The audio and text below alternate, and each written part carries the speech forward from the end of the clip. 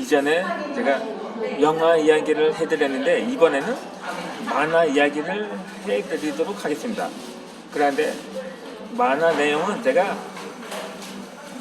좀 영상 말미에 설명해 드리겠습니다. 지금 제가 하고자 하는 말은 참 우리나라처럼 세계 역사상 빠른 시기에 후진국에서 선진국으로 성장한 나라가 드물다고 합니다.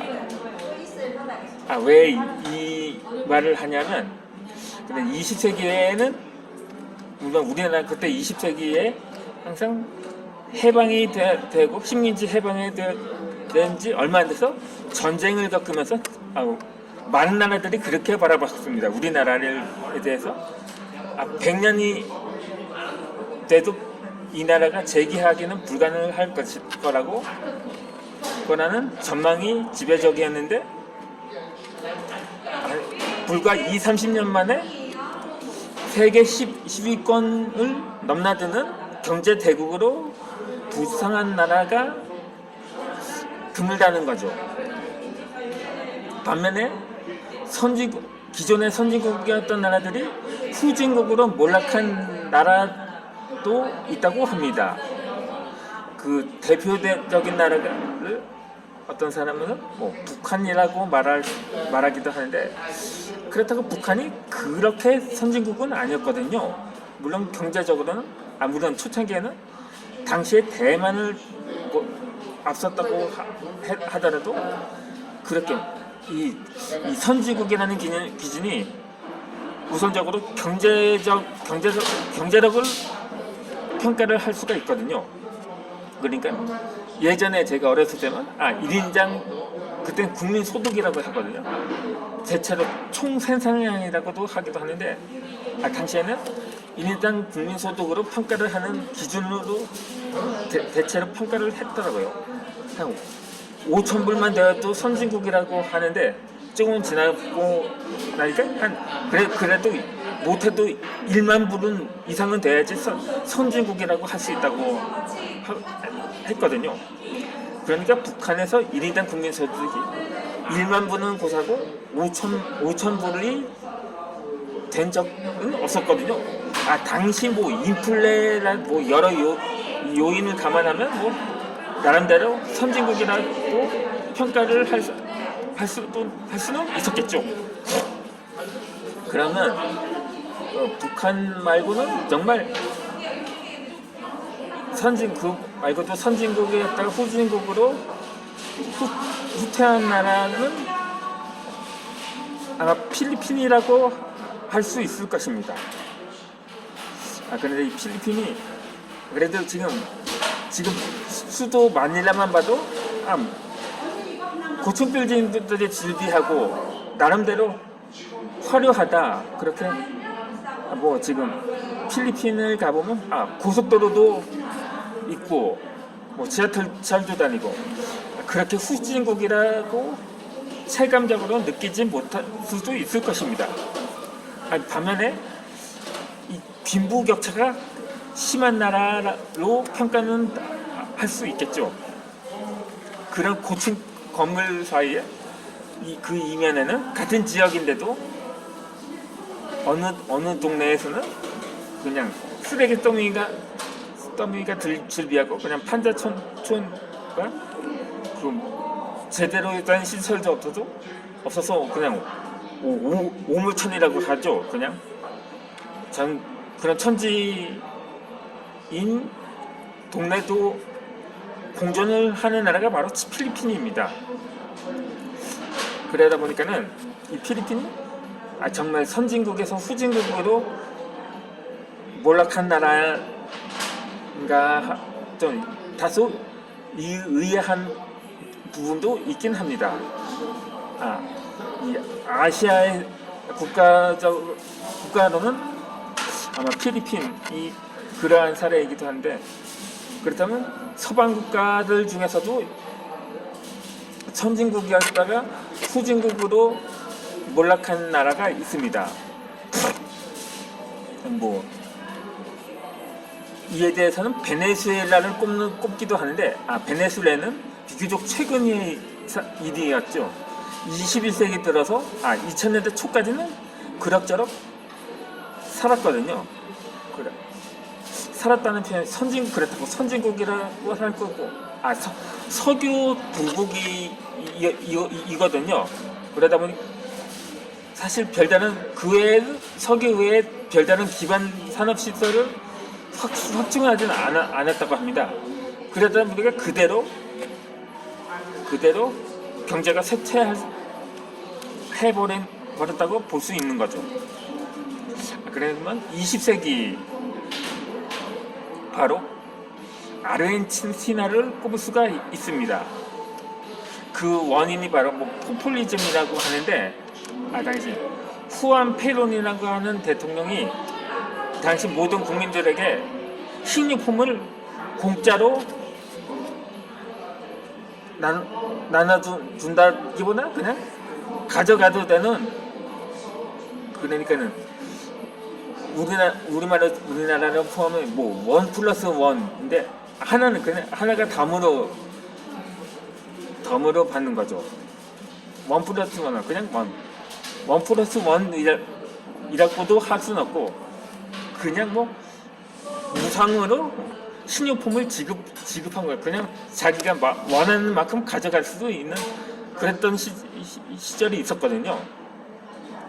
그러다 보니까 그 관련된 그 만화가 있었다고 합니다.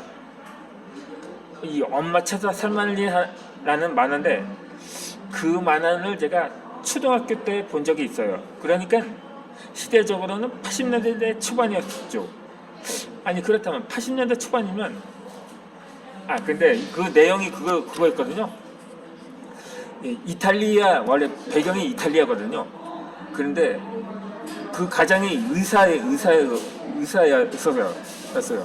그런데 의사로서는 약간 그럼에도 불구하고 궁핍하게 살아가다 보니까 그 의사 와이프가 아르헨티나로 파출부로 떠나는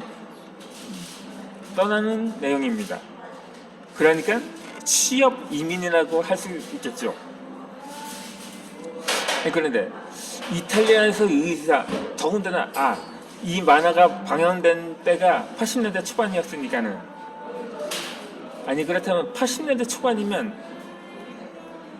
그때는 이미 이탈리아는 그때 선진국이었고 아르헨티나는 그때 이미 몰락한 나라 아니었냐고 볼 수가 있습니다. 그때까지 이탈리아는 가난한 나라, 아르헨티나가 부자 나라였다는 게 믿겨지지 않는다고 또 말할 수도 있겠죠.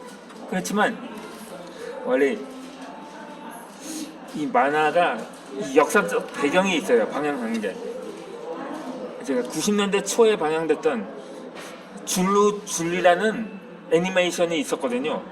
근데 그때 90년대 중반인데, 그때 그 만화의 시대적 배경은 100년 전, 그러니 19세기 말이었거든요. 프랑스 만화였는데, 마찬가지로 엄마 찾아 살만리가 방영된 시절이 80년대 초반이라고 해서 그 시대적 배경도 80년대 초반은 아니었을 것입니다. 제가 그러니까 오히려 이탈리아가 못 살던 시절이었다고 할 수가 있겠죠. 그렇다면 아마 대략 40년대 말에서 50년대 초반이 시대적 배경이 아니었는가, 이렇게 추정이 되거든요. 물론 역사적 사건을 다룬 것이 아니기 때문에 자세한 시기는 모르겠지만 대략 그 시대였을 것으로 추정이 됩니다. 아시다시피 1940년대 말에는 2차 대전 때 이탈리아는 전범국인 주제에 패배했었거든요. 일본도 마찬가지였고, 그러니까 해방 후에 우리나라가 세계 최빈국이었다고 하는데, 그때 일본도 거의 뭐 동일한 상황이었다고 추측이 됩니다. 하지만 50년대 들어서 한국 전쟁이 발발하면서 일본이 조금 앞서기 시작한 것 뿐이죠. 그러니까 우리나라는 더 쇠퇴하고 오히려 일본은 조금 부상하기 시작한 때가 그 무렵이었으니까요. 그러므로 이탈리아도 이탈리아 마찬가지로. 근데 이탈리아는 처음부터 가난한 나라가 아니었거든요. 천년 제국이었는데 괜히 그거 믿고 의수되다가 전쟁을 일으키는 바람에 결국 경제적으로 작살이 나버린 셈이었죠. 그때 독일도 마찬가지였고 그 대가로 독일은 분단이 되는 결과를 맛봐야만 했습니다. 그러고 보니까 일본도 그랬으면 좋겠다는 생각이었는데 참 안타깝거든요. 그렇게 여기가 다른 분들도 계셔서 조금 맞춰주셔야 돼요. 제가 이 영상 설명을 실내라서 그런지 종업원의 주의를 받았습니다. 그래서 가뜩이나 목소리도 작은데 혼자 있을 때는 크더라고요, 볼륨이. 그래서 약간 소리를 낮추도록 하겠습니다. 어찌되었든 간 이번 연에서 조만간 마칠 때가 되었나요? 제가 보충 설명을 드리자면 이 엄마 찾아 산말리의 내용이 당시 아르헨티나의 상황과 이탈리아의 상황이 어땠는지를 뼈저리게 느낄 수 있는 작품이었다고 평가를 받습니다. 그러니까 오히려 상황이 역전돼 버린 셈이었죠. 당시에 지금의 이탈리아가 당시 아르헨티나의 상황이 되었고, 지금의 이탈리아가 당시의 아르헨티나 상황으로 역전이 되어버린 것이죠. 이렇게.